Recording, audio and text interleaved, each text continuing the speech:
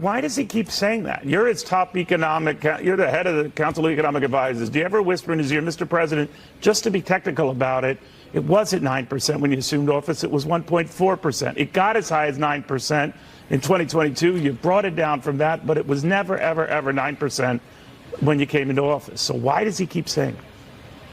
Well, first of all, let me point out that in that very quote you played, the president talked about how concerned he was for households struggling with prices that he consistently characterizes as too high. That's not what I asked you. So why does he keep misrepresenting this?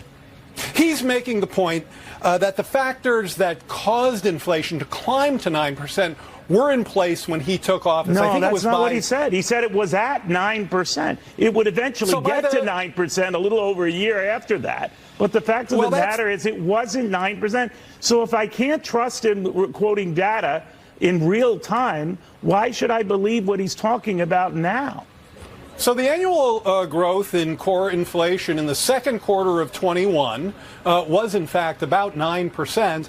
And his point about inflation down 60% off its peak is very much the case. So no, it wasn't. It was not at that. So you're almost as bad as he is. Why can't you just say it was high, it got as high as 9%? You'd be accurate in saying that. And we have now brought it down, and we're struggling in around the 3% area. But it's better than it was. But instead, to hang it on his predecessor, that you inherited something that was through the roof when we were in the middle of COVID, it just seems to the American people, whether you're Republican or Democrat, you're lying. Neil. You're just lying. Well, hold on. I hear you. The president was making the point that I think is unequivocally true. The factors that took inflation to 9% were in place when he took office. That is not what he said, Jared. And you're a very smart guy with this stuff. You could just whisper. He's a good friend of yours. Obviously, thinks the world of you. Many others do as well.